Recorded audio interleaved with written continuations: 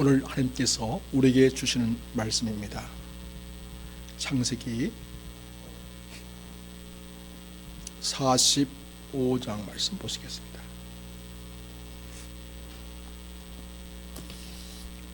(3절에서) 12절 말씀을 제가 받들어 읽겠습니다.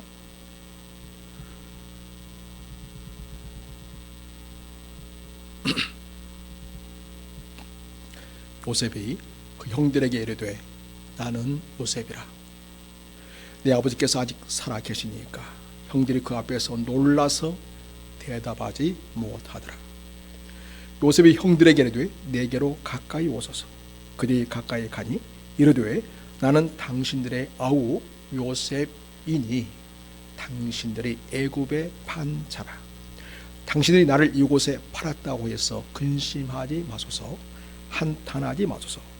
하나님이 생명을 구원하시려고 나를 당신들보다 먼저 보내셨나이다. 이 땅에 2년 동안 흉년이 들었으나 아직 5년은 밭갈이도 못하고 추수도 못할지라. 하나님이 큰 구원으로 당신들의 생명을 보존하고 당신들의 후손을 생겨 주시려고 나를 당신들보다 먼저 보내셨나니 그런즉 나를 이리로 보낸 이는 당신들이 아니요 하나님이시라. 하나님은 나를 바로에게 아버지로 삼으시고 그 온 집의 주로 삼으시며 애굽 온 땅의 통치자로 삼으셨나이다. 당신들은 속히 아버지께로 올라가서 아뢰기를 아버지의 아들 요셉의 말에 하나님이 나를 애굽 전국의 주로 세우셨으니 지체 말고 내게로 내려오사 아버지의 아들들과 아버지의 손자들과 아버지의 양과 소와 모든 소유가 고센 땅에 머물며 나와 가깝게 하소서. 흉년이 아직 5해가 있으니 내가 거기서 아버지를 봉양하리이다. 아버지와 아버지의 가족과 아버지께 속한 모든 사람에게 부정함이 없도록 하겠나이다 하더라고 전하소서. 당신의 눈과 내 아우 베냐민의 눈이 보는 바 당신들에게 이 말을 하는 것은 내 입이라. 아멘.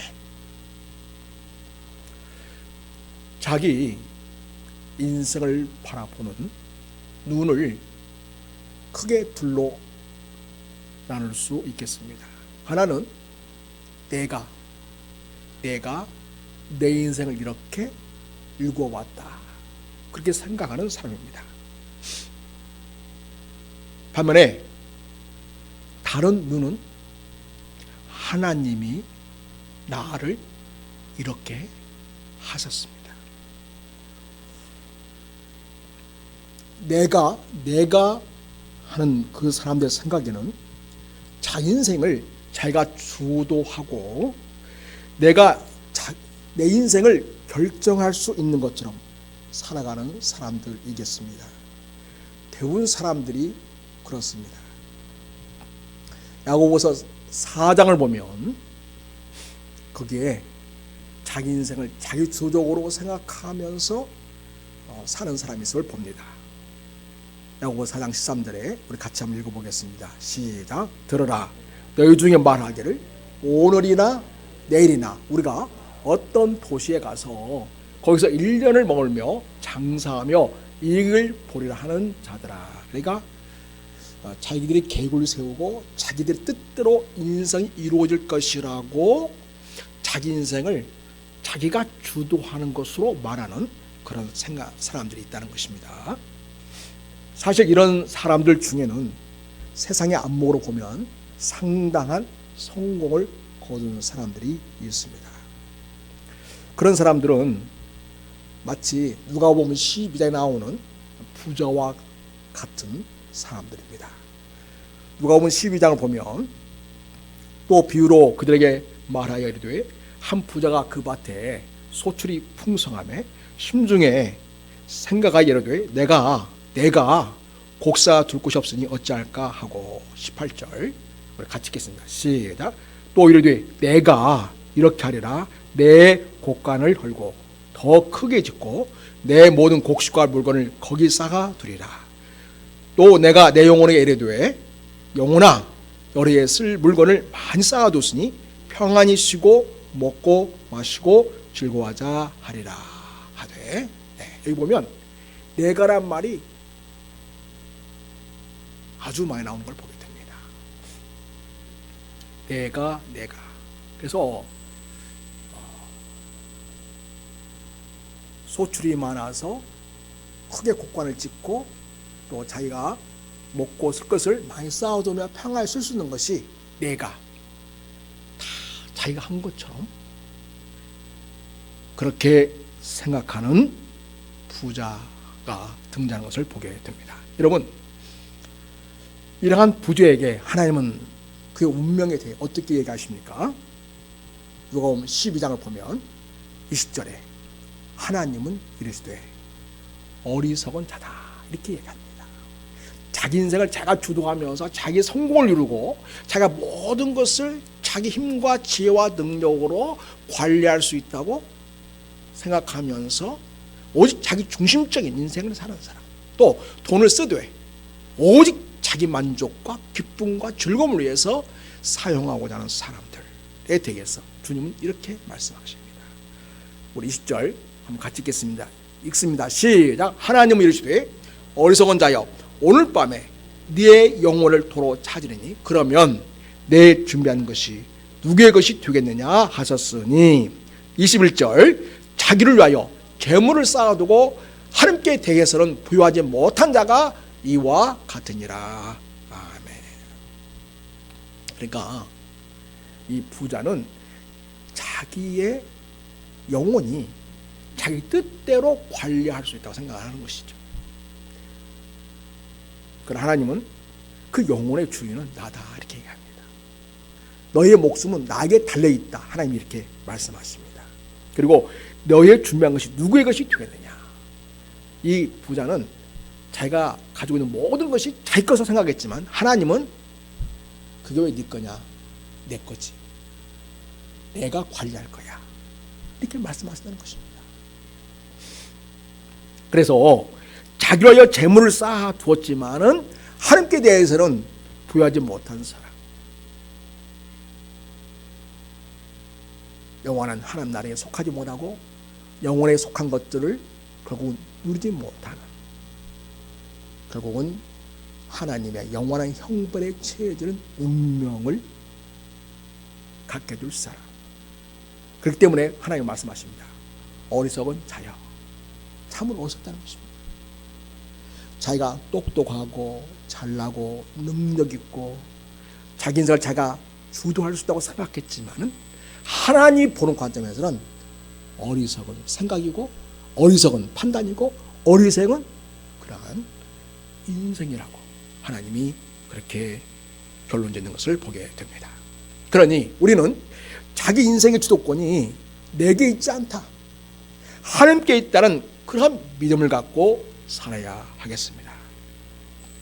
내 인생의 주인은 내가 아니고 하나님이시다라는 신앙 고백이 있어야 하겠습니다.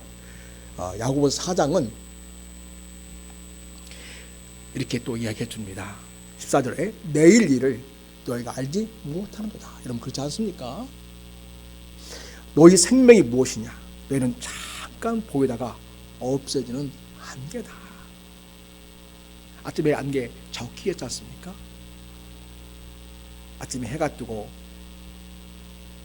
환해지면 안개는 순식간에 사라지고 없습니다. 그와 같은 존재가 인생이다. 그러니까 내가 이렇게 하리라 그렇게 말하지 말고, 다시 말해서 내 인생은 나의 것이고 내가 주도하는 대로 내 인생을 내가 이뤄갈 거야 그렇게 하지 말고, 15절 보면 같이 읽겠습니다. 시작. 너희가 도리어 말하기를 주의 뜻이면 우리가 살기도 하고 이것이나 저것을 하리라 할 것이거늘. 내 생명의 주권이 누구한테 있다? 하나님께 있다. 내가 이 땅에 사는 모든 일들의 그 결정과 선택이 누구에게 있다? 하나님께 있다는 것입니다. 그렇게 있음을 인정하고 하나님께 믿음으로 반응하며 사는 사람, 이 사람이 하나님의 사람이고 하나님이 기뻐하시는 그런 삶이라는 것을 우리는 기억해야 하겠습니다. 자, 우리가 계속해서 창세기 말씀을 우리가 묵상하고 있습니다. 창세기는 앞으로 펼쳐지게 될 인류 역사의 모판과 같습니다. 거기에는 하나님을 부정하고 자기 주도적인 삶을 살아가는 사람들의 이야기가 있고, 반면에 하나님을 주인으로 삼고 그분의 말씀을 따라 사는 사람들의 이야기가 있습니다. 이 이야기는 그때로부터 지금까지 올 현대 사회에서도 동일하게 전개되고 있음을 우리는 확인할 수 있습니다.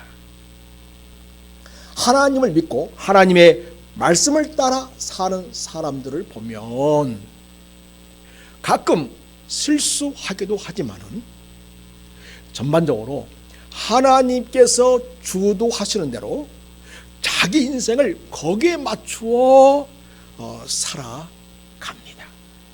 그 중에 아브라함이 있습니다. 아브라함은 11장에 처음으로 등장합니다. 그리고 25장에 보면 거기에서 아브라함의 인생이 마칩니다. 그는 갈대아 우르에서 태어났고 거기서 살았습니다. 그런데 하나님께서 어느 날 아브라함을 부르십니다.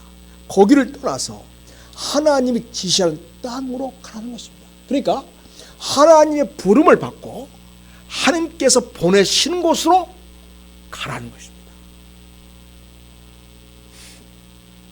그래서 그 말씀을 듣고 아브라함은 순종해서 가나안 땅에서 살게 됩니다. 그의 인생의 이야기는 매우 흥미진진하게 전개가 되는데요, 시간이 지날수록 하나님의 뜻을 따라 하나님의 은혜를 의지하여 그곳에 자기를 보내신 자로서 그곳에 자기를 보내신 그 하나님의 뜻을 따라 자기 인생의 사명을 이루는 자로 살아가는 것을 봅니다. 이것이 하나님께서 우리를 사랑하시고 구원하신 하나님 백성다운 삶이라는 것을 아브라함이 보여주고 있습니다. 아브라함이 하나님의 말씀을 듣고 하나님이 지시하는 땅으로 가라는 말씀을 듣고 순종하는 삶을 통해서 열국의 아비, 믿음의 조상이라는 일컬음을 받는 삶을 살았습니다. 아브라함은 하나님이 가나안 땅과 아브라함의 후손을 통해 앞으로 이루실 비전을 따라서 하나님께 가나안으로 보내받은 인생으로서 자기 사명을 이룬 자로 살았던 것입니다. 또 창세기에서 많은 부분을 차지하는 이야기가 계속 전개되는데 결국 이제 아브라함의 자녀 손들의 이야기이죠. 이삭이 있고 야곱이 있습니다. 그 후반부에는 야곱의 11번째 아들인 요셉의 이야기가 나옵니다. 그래서 요셉의 이야기는 35장에서 시작되는데요, 37장부터 본격적으로 요셉의 얘기가 이루어지면서 50장까지, 창세기 마지막 장까지 요셉의 이야기로 채워져 있고, 그리고 요셉의 죽음으로 창세기가 끝나는 것을 보게 됩니다. 요셉은 야곱이 사랑하는 아내인 라헬에게서 태어난 아들입니다. 그래서인지 야곱이 요셉을 특별히 사랑했습니다. 그 사랑은 요셉에게 입히는 옷을 통해서도 나타났는데요, 요셉에게만은 다른 아들들과는 달리 귀족들이나 입는 비싼 색동 옷을 입혔습니다. 그것이 형들의 부러움을 사는 일이었지만, 그런데 요셉을 시기하는 일에 단서가 되었습니다. 창세기 37장은 바로 요셉이 아버지께 얼마나 사랑을 많이 받는가를 보여주고 있고, 7장 4절에 오면 이런 말이 나옵니다. 그의 형들이 아버지가 형들보다 그를 더 사랑을 보고 그를 미워하여 그에게 편안하게 말할 수 없었더라. 그래서 요셉을 경계하고 시기하고 질투하는 그런 대상으로 요셉을 대하는 것을 보게 됩니다. 요셉은 아버지의 사랑을 듬뿍 받으며 자랐습니다. 또 베냐민이 태어나기 전까지는 막내 아닙니까? 그러니까 막내 사랑이 어느 부모가 그렇지만 참 특별합니다. 그래서인지 이 요셉은요 거침이 없습니다. 자기가 본 것, 들은 것, 생각하는 것을 그대로 가감없이 드러내는 그러한 모습을 보였습니다. 창세기 30장에 요셉이 꿈을 꾼 이야기가 나옵니다. 그 꿈 이야기를 형들에게 말하니까 형들이 요셉에 대한 불편한 마음을 이야기합니다. 37장 6절 보면 요셉이 그들에게 이르되 청하건대 내가 꾼 꿈을 들으시오 하고 꿈 얘기를 쭉 합니다. 밭에서 곡식단을 묶었는데 내 단은 일어서고 형님들의 단은 내 단을 둘러서서 절합디다. 이렇게 말하니까 조갈 형이 어디 있겠습니까? 시기의 대상이 되었습니다. 그러니까 형들이 이렇게 말합니다. 그에게 이르되 네가 참으로 우리의 왕이 되겠느냐? 우리를 다스리게 되겠느냐? 하고 그의 꿈과 그의 말로 인해서 더욱 요셉을 미워했다. 이렇게 말합니다. 또 요셉이 다시 꿈을 꾸었습니다. 이번에는 형들에게 내가 꿈을 꾸었는데요. 꿈을 꾼즉 해와 달과 11별이 내게 절하더이다. 이렇게 말하니까 형들이 이렇게 대응합니다. 그가 그의 꿈을 아버지와 형들에게 말하며 아버지가 그를 꾸짖고 그에게 이르되 네가 꾼 꿈이 무엇이냐? 나와 네 어머니와 내 형들이 참으로 가서 땅에 엎드려 네게 절하겠느냐? 하니까 11절에 이렇게 표현하고 있어요. 성경은 그의 형들은 시기했다 이렇게 말하고 있어요.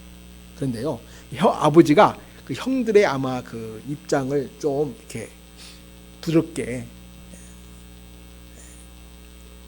갖도록 하기 위해서 그렇게 말한 것 같고요. 그러나 그의 아버지는 그 말을 요셉이 한 말을 마음에 간직해 두었다 이렇게 말하고 있어요.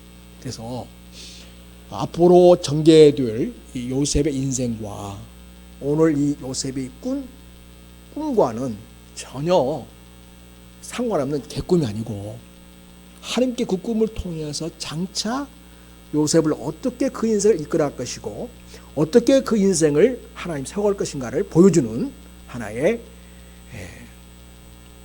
단서라고 말할 수가 있겠습니다. 요셉은요 이후에 엄청난 일을 많이 겪지 않습니까? 그때마다 요셉이 대처하는 걸 보면요 성경 어두운 곳에 요셉이 자기 꿈을 기억하고 이 일을 잘 대처했다 그런 표현은 없습니다만은 그러나 그 문맥상으로 이면서나 볼 때에는 자기가 꾼 꿈을 그냥 꿈으로만 여기지 않고 그러니까 무슨 개꿈 꾸듯이 그렇게 여기지 않고 나중에 자기의 닥치는 일들을 해결해 나갈 때 하나님을 의지하고 의연하게 대처하는 것을 보면은 그 꿈을 통해서 하나님이 자기를 통해 행하실 일에 대한 믿음과 기대감을 갖고 있었다. 이렇게 우리는 볼 수 있겠습니다. 결국 형들의 시기는 동생을 질투하고 시기한 나머지 동생을 노예로 팔아버리는 일이 발생합니다. 창세기 37장에 보면 형들이 세겜에 가서 양을 치고 있는데 아버지가 신부를 보냅니다. 양떼들이 또 형들이 잘 있는지 보고 또 형들에게 필요한 것을 챙겨주고 가서 돌아와서 이야기해 주라고 이야기합니다. 그래서 결국 이제 형들이 자꾸 옮겨 다니니까 물어물어 찾아서 형들을 찾아갑니다. 그런데 자기들을 찾아오고 있는 이 요셉을 보고서 형들이 이렇게 말합니다. 창세기 37장에 요셉이 그들에게 가까이 오기 전에 그들이 모의를 합니다. 어떤 모의를 합니까? 그리고 요셉을 멀리서 보고 죽이기를 꾀하여 모의했다는 것입니다. 서로 이르되 꿈꾸는 자가 오는도다. 자, 그를 죽여서 한 구덩이에 던지고 우리가 말하기를 악한 짐승이 그를 잡아먹었다 하자. 그의 꿈이 어떻게 되는지를 우리가 볼 것이니라. 이 말은 무슨 말이에요? 뭐 우리가 자기한테 무슨 절을 다 한다고? 말도 안 되는 소리. 너 오늘 너는 끝장이다. 그런 얘기 하고 있는 거죠.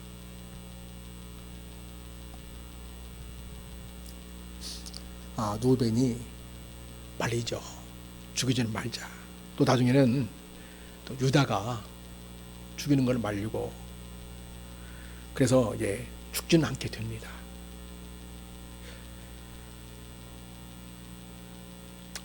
형들이 요셉이 입은 채석을 옷을 벗기고 그를 잡아 구덩이에 던집니다.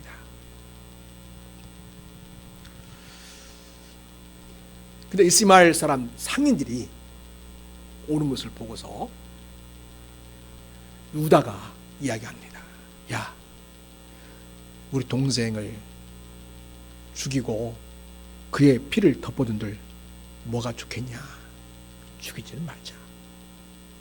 차라리 그를 이스마엘 상인들에게 팔아버리자. 그리고 우리는 손을 대지 말자. 그래도 동생이고 혈육 아니냐? 이렇게 해가지고 죽이지는 않고요, 이스마엘 상인들에게 팔아버립니다.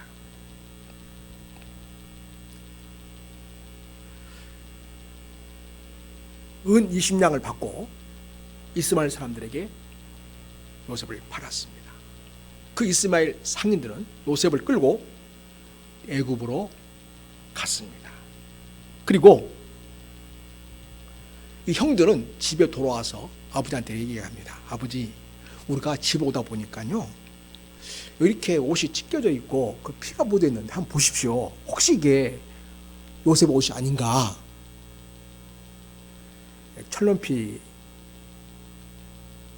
튀어서 그렇게 아버지한테 이야기합니다. 아버지가 정말 수월로 내려가 아들에게로 가리라고 할 만큼 깊은 슬픔에 잠긴 것을 보게 됩니다. 자, 이제 노예시장에 요셉이 끌려갔습니다. 그리고 사람들은 돈을 주고 물건 사듯이 이제 노예들을 삽니다. 그 이스마엘 상인들, 미디안 사람들하고 표현되어 있어요. 그를 애굽에서 노예로 전락한 이 요셉을 팔았는데 누구한테 팔게 되냐면 우연치 않게 바로의 신하 친위대장인 보드발에게 팔게 되었습니다.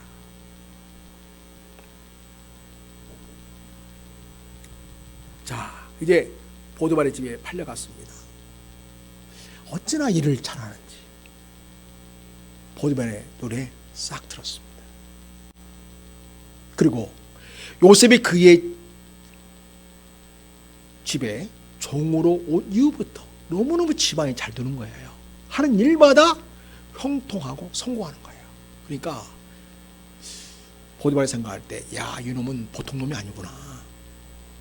그래서 이 요셉을 특별히 대우하기 시작합니다. 또 맡긴 일이라면 얼마나 성실하게 일을 잘 해내는지. 그래서 그 집안 업무를 전부 다 요셉에게 맡깁니다. 그래서 총무일을 맡겠다, 이렇게 표현이 되고 있습니다. 총무일을 맡겠다. 그래서 거기는 모든 종들을 관리하고요, 거기는 모든 재산을 잘 관리하는 일을 맡겼습니다. 말하면 모든 창고의 열쇠를 요셉이 관리하는 것이죠. 그런데 정치에,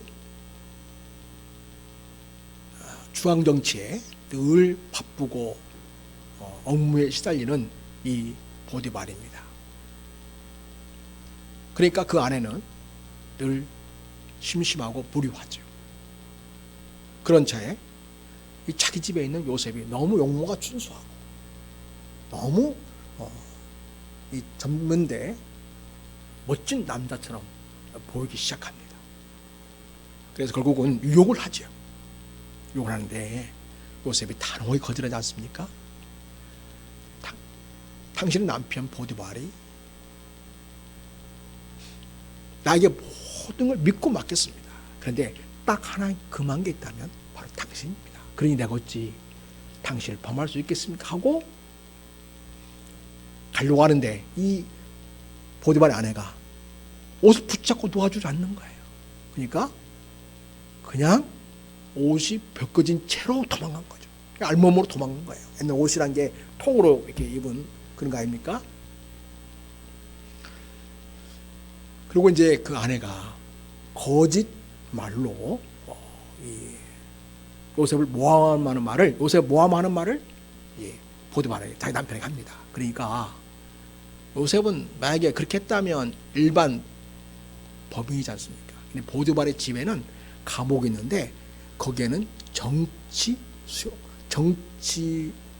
정치권으로 죄를 지어서 수감되어진 죄수들을 거기에서 관리하는 거예요. 정치범들이 거기 와 있는 것입니다. 자기 집 감옥에 그냥 가둬버립니다. 아무 힘이 없는 이 요셉 귀공자에서 하루아침에 노예로 전락했고 보디발의 결국은 거짓 고발로 하루아침에 또 죄수로 변하게 되었습니다. 내려갈 때까지 내려간 거죠. 인생이 완전 밑바닥이 되었습니다. 여기 이렇게까지 되면 인생이 무슨 희망이 있겠습니까? 이게 자기 나라도 아니고 남의 나라 아닙니까? 남의 나라에서 그리고 또 힘 있는 친위대장 그 집에 있는 감옥에 갇혔으니 요즘 말로 하면 한마디로 인생 끝난 거죠. 젊은 날에 끝장난 겁니다. 여러분, 이 끝장난 것처럼 보여지는, 다시 말해서 온갖 냄새나는 수렁에 빠진 것 같은 이 요셉의 인생, 거기서 백화밭처럼 장미처럼 꽃을 피울 수 있을까요? 백화목처럼 거목으로 자랄 수 있을까요? 우리 인간의 눈은 전혀 그럴 가능성이 있어 보이지 않습니다. 근데 여러분, 하나님이 아브라함을 통해서 언약하신 하나님의 놀라운 계획이 있었습니다. 하나님의 보내심을 받아 가나안 땅에 와서 하나님의 신 비전을 위해서 자기 사명을 이룬 아브라함의 삶이었고, 그런 삶이 이삭과 야곱에게 전수되고, 그리고 지금 요셉에게도 전수되게끔 하나님이 일을 하고 있음을 우리가 보게 됩니다. 그래서 여러분, 막장 인생과 같은 상황에서도 하나님은 얼마든지 우리 인생을 새롭게 회복하고 이렇게 세울 수 있는 우리 하나님이시라는 것을 기억하시기 바랍니다. 자, 감옥에서 수감생활을 하는데 거기서 얼마나 성실하게 일을 잘하는지, 그 감옥에서 총무를 또 맡았어요. 요셉은 끝까지 총무예요. 네. 계속 총무 일을 맡았습니다. 어떤 그 단체 모임에서도요, 이상하게 계속 어떤 분이 계속해서 몇 년이고 수년이고 계속 총무 역할을 하는 사람이 있어요. 보면은 참 성실하고 민직하고 일을 잘 처리하는 그러한 사람들이 되게 총무 역할을 맡죠. 자, 요셉이 죄수의 신분 아닙니까? 사실 엄밀히 말하면 이 애굽의 국민도 아니잖아요. 시민도 아니지 않습니까? 노예이지 않습니까?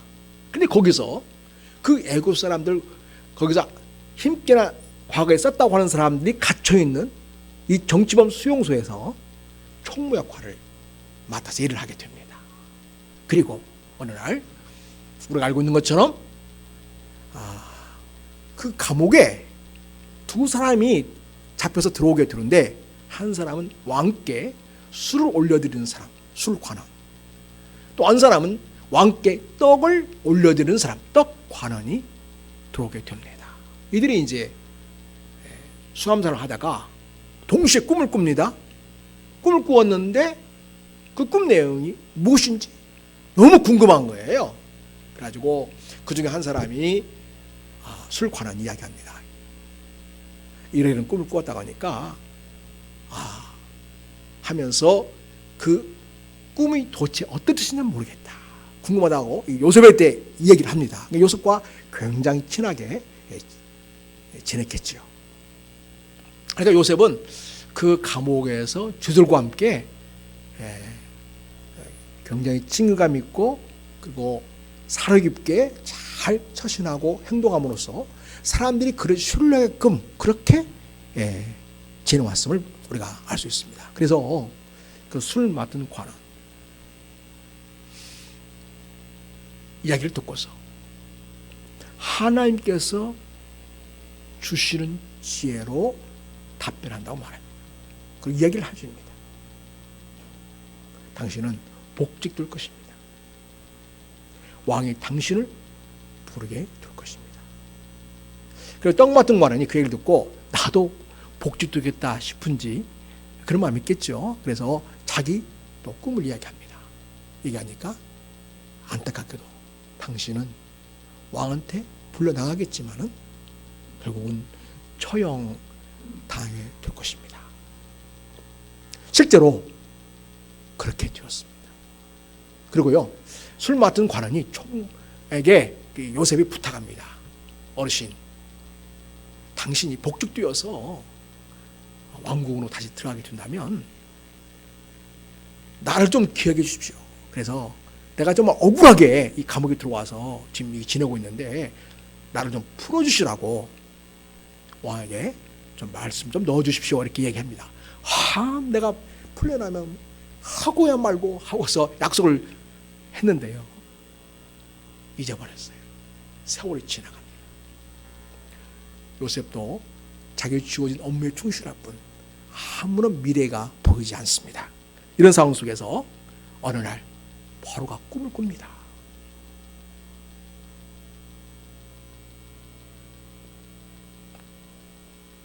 꿈 이야기 아시죠? 네. 사진 송아지가 있는데 7마리가 있어.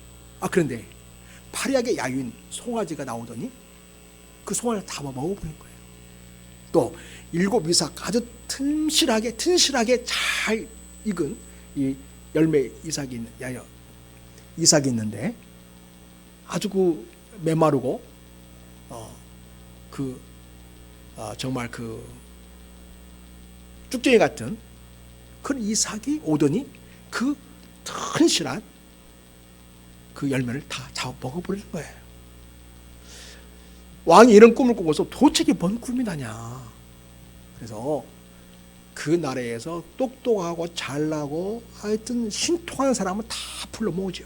내가 이런 꿈을 꾸었다. 이거 좀 해석해봐라. 그랬더니 아무도 해석을 못합니다. 그때에서야 술 맡은 관원, 복직된 이 사람이 내 꿈을 해석해 주었는데 그 꿈대로 내가 복직이 되었지. 그 생각을 하고서 왕한테 이제 말씀을 드립니다. 사실은 제가 감옥에 있을 때 이러는 꿈을 꾸고 얘기를 했더니 거기 있는 총무 역할을 맡고 있는 요셉이라는 자가 그 애굽에서 팔레스틴에서 잡혀온 노예인데 그가 꿈대로 그가 해석해 준 대로 제가 복직이 되었고 다른 사람은 죽임을 당했습니다. 그러냐? 그럼 빨리 그 청년을 데려와라 해가지고 왕 앞에 서게 되었습니다. 요셉이 바로가 꿈 이야기를 듣고서 이 꿈은 내가 지혜로워서 이 꿈을 해석한 게 아닙니다. 이 꿈의 해석은 하나님께서 주시는 지혜로 제가 말씀을 드린 것입니다. 이 전제를 하고서 이야기를 합니다. 장차 앞으로 7년 동안 풍년이 될 것입니다. 이어서 흉년이 7년 동안 될 것입니다. 그런데 중요한 것은 이 풍년이 7년 동안 들 때에 곡식 관리를 잘 해가지고 나중에 흉년 때에 이 왕실과 모든 백성들이 굶어 죽지 않도록 잘 관리해서 배분하는 것이 참으로 중요하겠습니다. 그러니 왕은 지롭게 이 일을 처리하시기 바랍니다. 이렇게 얘기합니다. 그러니까 왕이 이 일에 대해서 너보다 더 지혜로운 사람이 어디 있냐? 너만큼 신의 감동하고 신의 지혜를 우리에게 밝히 알려주는 자가 어디 있겠느냐 하면서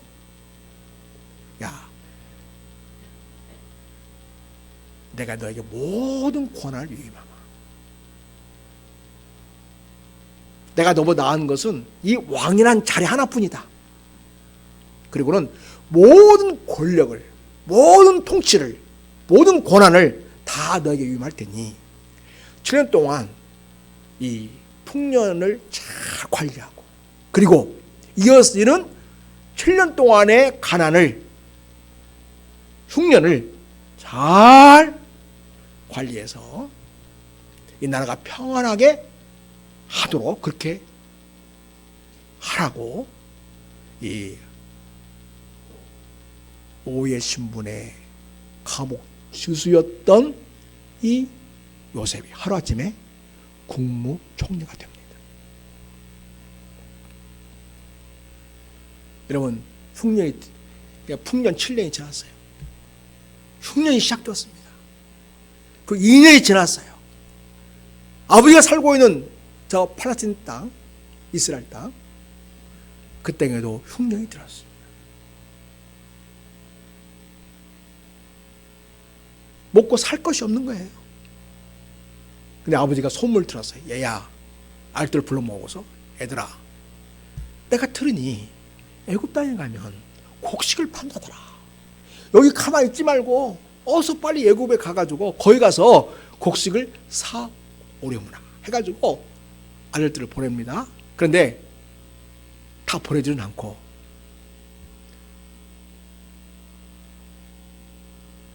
막내는 남겨둡니다.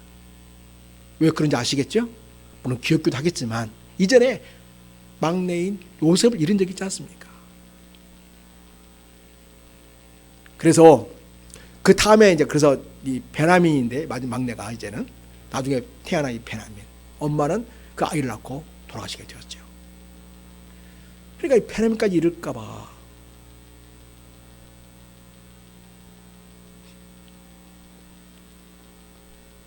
나머지 10 아들을 보내게 됩니다. 이제 곡식을 사려고 줄을 서여서 자기 차례가 되었는데 요셉은 누군지 딱 하면 알아봤어요. 그런데 형들이 지금 앞에 있는 이 국무총리가 자기 동생이라는 걸 꿈엔들 생각해 봤겠어요?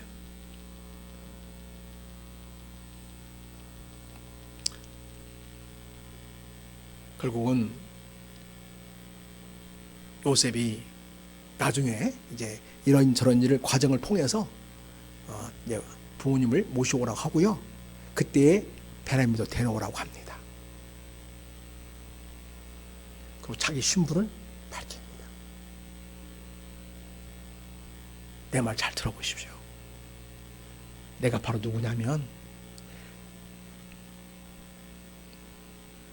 이스마엘 사람들에게 노예로 형들이 팔았던 요셉입니다.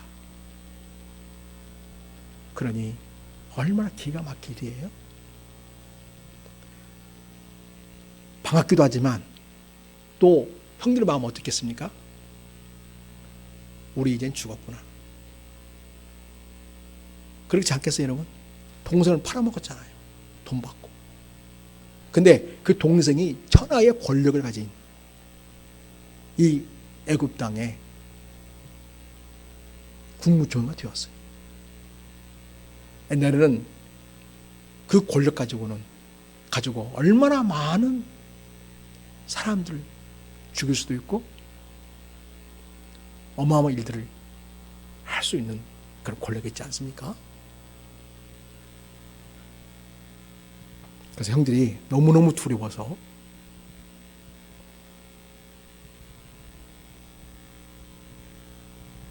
말도 제대로 못하고 있습니다.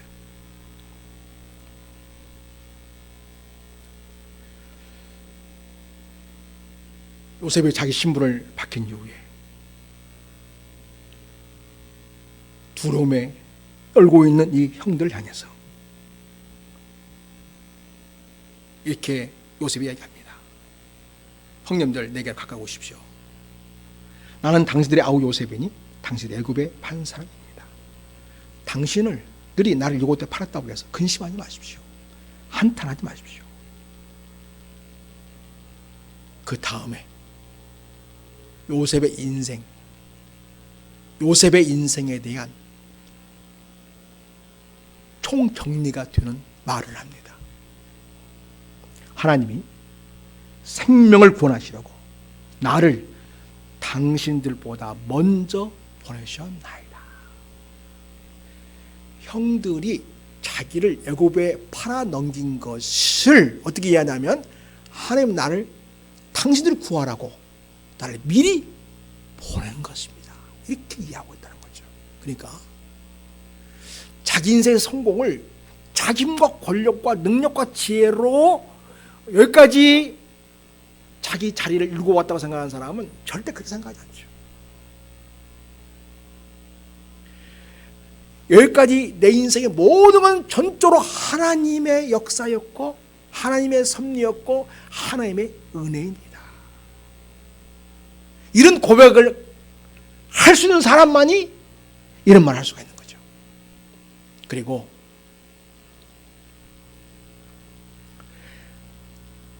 나를 당신보다 먼저 보내셨다. 누가 보냈습니까? 하나님이 보내셨습니다.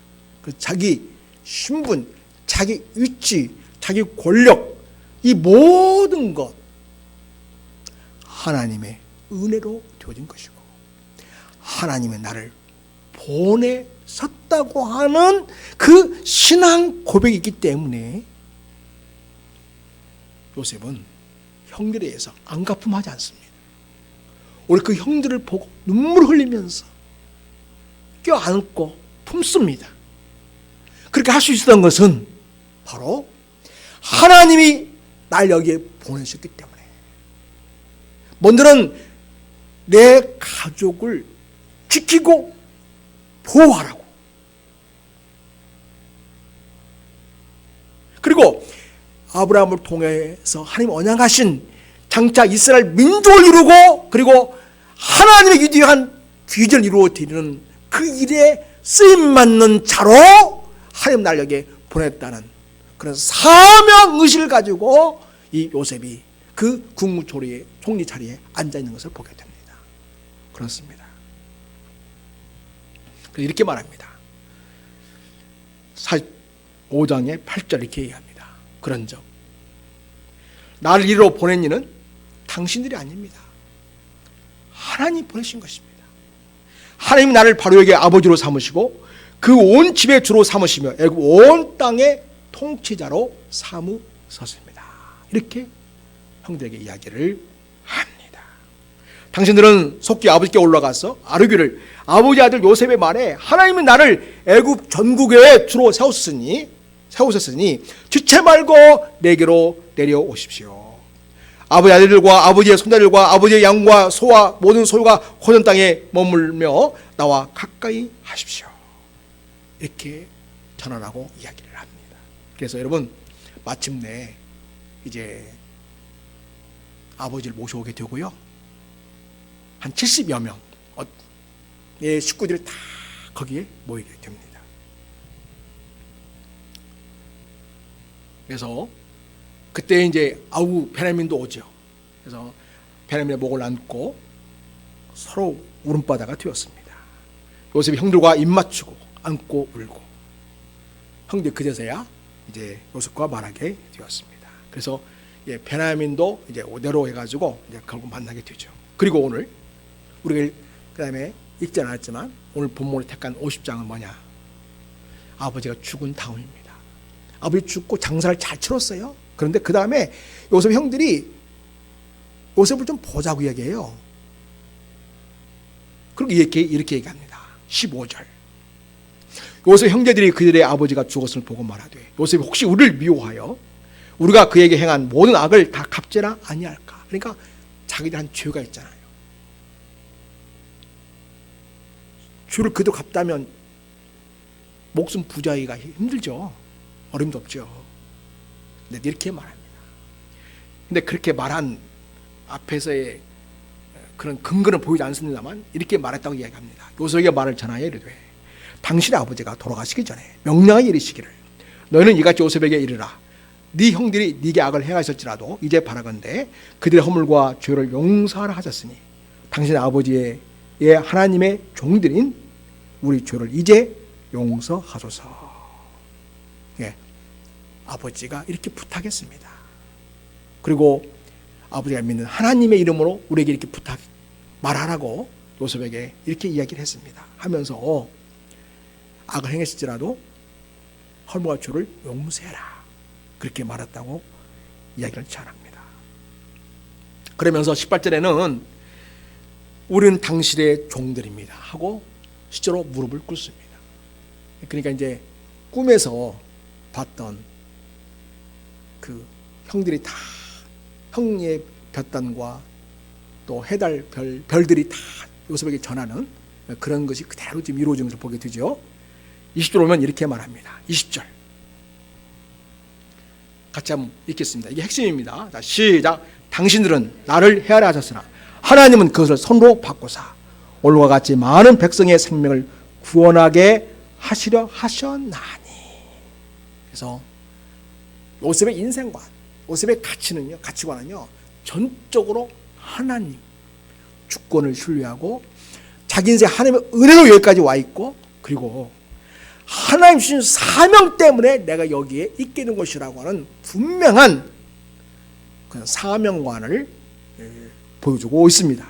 그러니 당신은 두려워하지 마십시오. 내가 당신들과 당신들의 자녀를 기리겠습니다 하고 그들을 강한 말로 위로했다고 성경은 기록하고 있습니다. 사랑하는 여러분, 이러한 요셉의 모습은 장차 우리를 구원하러 오시는 예수님의 모습을 우리에게 잘 보여줍니다.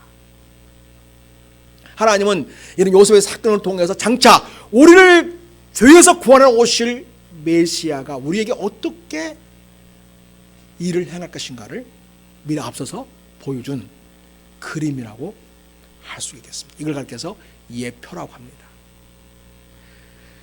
여러분, 로마서 5장을 보면요 이렇게 말씀하고 있습니다. 8절 말씀 한 절을 봅니다. 우리가 아직 죄인 되었을 때, 같이 읽겠습니다. 시작. 우리가 아직 죄인 되었을 때 그리스도께서 우리를 위하여 죽으심으로 하나님께서 우리에게 대한 자기의 사랑을 확증하셨느니라. 여러분, 요셉의 형들이 죄를 지었잖아요. 동생을 죽이려고 했었고 음모했었고 그리고 팔아 넘기기까지 하지 않았습니까? 근데 하나님이 그 요셉을 살리시고 요셉을 애굽 총리로 세우셔서 결국은 형들 모든 죄를 용서할 뿐만 아니라 형들 모든 가족을 구원하고 책임져주는 어마어마한 은혜의 일을 이루는 것을 보게 됩니다. 여러분, 그랬던 그 그림은 이제 우리를 구원하신 하나님의 그 역사 속에서 어떻게 정해지냐면, 여러분, 우리가 아직 어디 죄인 상태에 머물러 있어요. 그런데 하나님이 우리를 위하여 어떤 일을 미리 준비하셨냐면, 그리스도께서 예수님이 우리를 위하여 십자가에 죽으신 일을 통해서 우리의 모든 죄를 용서할 수 있는 그런 속죄의 사역을 다 이루신 거였어요. 미리 앞서서. 그걸 통해서 하나님이 우리를 얼마나 사랑하시는지를 확실하게 증명해 주셨다는 거죠. 확증하셨다고 이야기합니다. 그렇습니다, 여러분. 또 우리 예수님은 생명의 빛이시지만 그 생명의 빛이신 예수님이 이 세상에 오셨지만 사람들이 예수님을 영접하지 아니했죠. 오히려 그 빛을 거부하고 그 빛에 대해서 핍박을 했습니다. 그러나 주님은 그들을 위해서 빛으로 오신 주님, 생명 오신 주님께서 그를 위하여 십자가에 주심을 통해서 그들의 모든 죄를 사하시고 구원하시는 놀라운 은혜 역사를 이루어 주셨다는 사실입니다. 그래서 여러분, 근데 여러분, 이 일은 바로 하나님이 예수 이 생에 보내심으로써 이루어진 것입니다. 여러분, 요셉은, 아니 그 전에 아브라함은 하나님께서 자기를 가나안 땅에 보내셨다고 하는 하나님에게 주도되어진 자기 인생. 그래서 보냄받은 인생이라고 하는 사실을 기억하고 보냄받은 자로서 하나님의 뜻을 이루는 사명자로 가나안 땅에 살았습니다. 요셉 역시 형들에 의해서 노예로 팔려졌지만 하나님이 자기 가족을 구원하고 민족을 이루게 하셔서 장차 하나님 위대한 꿈 비전을 이루어드리는 구원 역사를 이룰 그러한 역사에 쓰임받도록 자기를 도구로 사용하시고 있다. 그런 생각을 가지고 그렇게 일을 감당하고, 그리고 그런 은혜의식을 가지고 먼저 보냄받은 자로서 가족을 다 구원할 뿐만 아니라 장차 큰 민족을 이루는 일에 아름답게 쓰여질 인생으로 쓰임받는 일에 자기를 내어 드렸던 것입니다. 예수님 역시 하나님께 보냄받아 이 세상에 오셨습니다. 그리고 우리를 구원하시기 위해 십자가에 죽으셔까지 했습니다. 그래서 여러분, 예수를 믿는 자마다 하나님의 자녀가 되는 권세를 가지게 되었고 영원한 생명을 소유하게 되었습니다. 할렐루야. 사랑하는 여러분, 우리 예수님께서 제 아들에게 이런 놀라운 구원의 은총의 사실을 이야기해 주면서 이제는 너희들이 세상에 가서 전하라 말합니다. 그래서 우리 예수님께서 제 아들을 세상에 보내지요. 제 아들을 세상에 보내면서 보냄받은 이 제 아들은 가서 예수 그리스도께서 우리를 구원하시는 메시아라는 사실을 세상에 선포하게 하는 거죠. 예수님이 십자가에 죽으셨고 부활하셔서 다시 제 아들 만나주십니다. 그리고 제 아들에게 말씀하십니다. 내가 너희를 세상에 보낸다. 너희는 가서 모든 족속에게로 가라. 그리고 아버지와 아들과 성령의 이름으로 세례를 주어라. 복음을 전하라고 하시고 세례를 주어서 교회의 지체가 되도록 세우라고 말씀하십니다. 사랑하는 여러분, 그런 엄청난 일이 있었기 때문에 오늘 우리가 여기 이 자리에 앉아 있습니다. 그런 결과로 보냄받고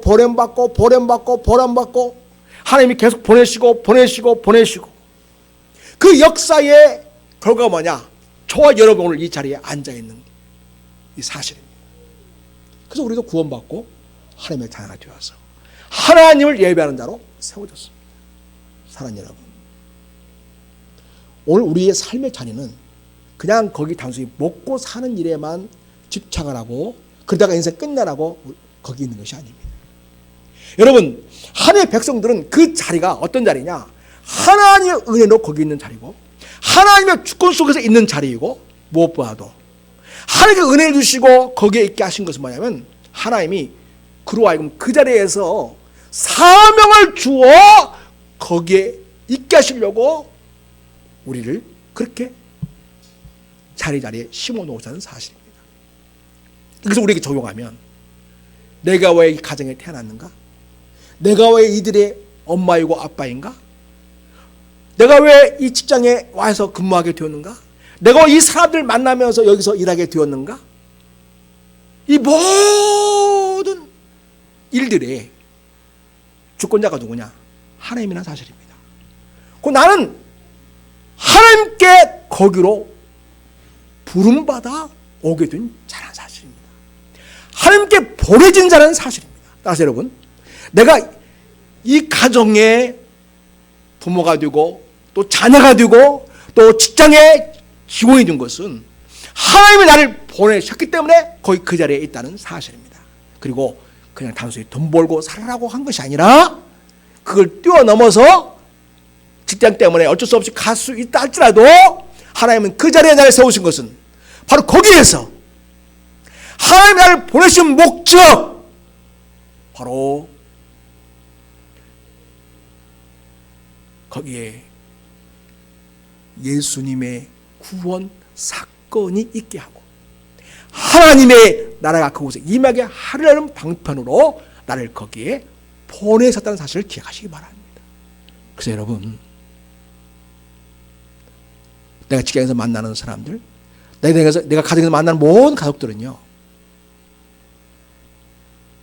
나를 통해서 하나님의 사랑을 알게 하고, 나를 통해서 예수님의 사랑을 깨닫게 하고, 나를 통해서 구원받게 하고, 나를 통해서 그곳에 하나님의 뜻이 이루어지게 하는 통로로 사용하시려고 거기에 사명자로 나를 하나님이 보내셨다는 사실을 기억하시기 바랍니다.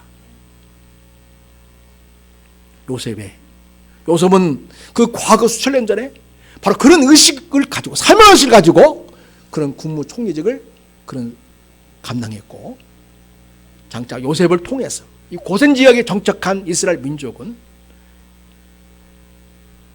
큰 민족을 이루어서 나중에 애굽에서 나오게 되고, 그리고 가나안 땅을 결국 차지하게 되고 거기에 하나님의 나라가 세워지게 됩니다. 그 일은 거기에 단순히 하나님 나라를 지리적으로 세우려고 온 것이 아니라 영적인 이스라엘 나라, 예수를 그리스도를 믿는 모든 자들을 하나님의 백성으로 세우시고 그를 통해서 이 세상에 하나님 나라가 가득 이루어지게 하는 일에 우리 모두를 사명자로 세우시고 그리로 보냈다는 사실을 우리는 기억하면서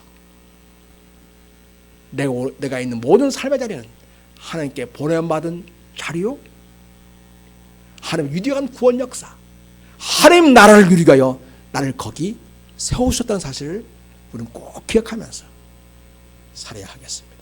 그것이 바로 오늘 요셉을 통해서 일하신 그 하나님의 뜻과 목적을 알고 오늘 내 삶 속에서 나와 함께 하시고 내게 은혜를 주시고 내 인생을 붙들어 주시고 내게 은혜를 주시는 그 하나님의 놀라운 은혜가 있는 이유라는 것입니다. 사랑하는 여러분, 여러분 모두는 하나님께 보냄받은 자들입니다. 하나님의 사명자들입니다. 이 땅에 하나님의 사랑을 알게 하고 은혜를 깨닫게 하고 구원 역사를 이룬 일에, 하나님 나라를 이룬 일에 쓰임받도록 여러분을 그 자리에 세웠다는 사실을 믿으시기를 바랍니다.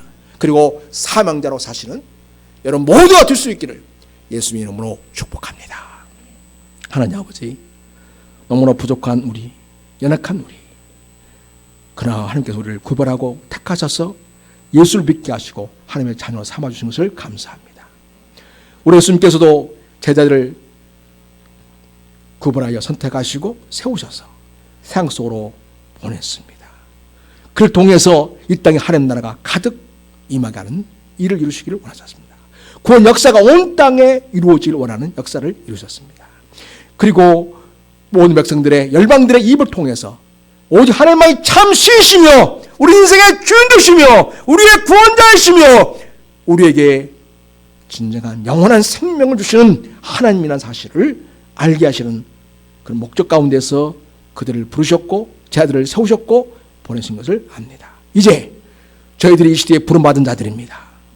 우리 주님께서 우리를 권하신 것은, 우리의 삶의 자리에 그곳에 세우신 것은 바로 하나님께서 보내신 자리이고 하나님께서 그런 뜻과 목적을 이루시게 하여 나를 거기 지금 두셨다는 사실을 기억하고 이런 사명의식의 눈으로 내 삶의 자리를 보게 하시고 내가 하는 일을 보게 하시고 내가 만나는 모든 사람들 대하여 하나님의 은혜를 알게 하는 통로로 쓰임받고 그들을 구원하는 역사에 도구로 쓰임받는 믿음의 사람으로 그렇게 세워졌다는 사실을 기억하고 하나님 아버지, 우리 삶의 자리에서 하나님 나라를 이루고 구원 역사를 이루는 사명대로 살아가는 우리 모든 성도의 삶이 되게 하옵소서. 그렇게 감당할 수 있도록 지혜를 주시고 능력 주시고 은혜의 은혜를 더하여 주실 줄 믿습니다. 성령으로 충만케 하시옵소서. 우리를 하나님의 자녀로 세워주시고 오늘 우리를 통해서 하나님 나라를 이 땅에 가득 이루어 가시기 원하시는 우리 주 예수님의 이름으로 기도드립니다.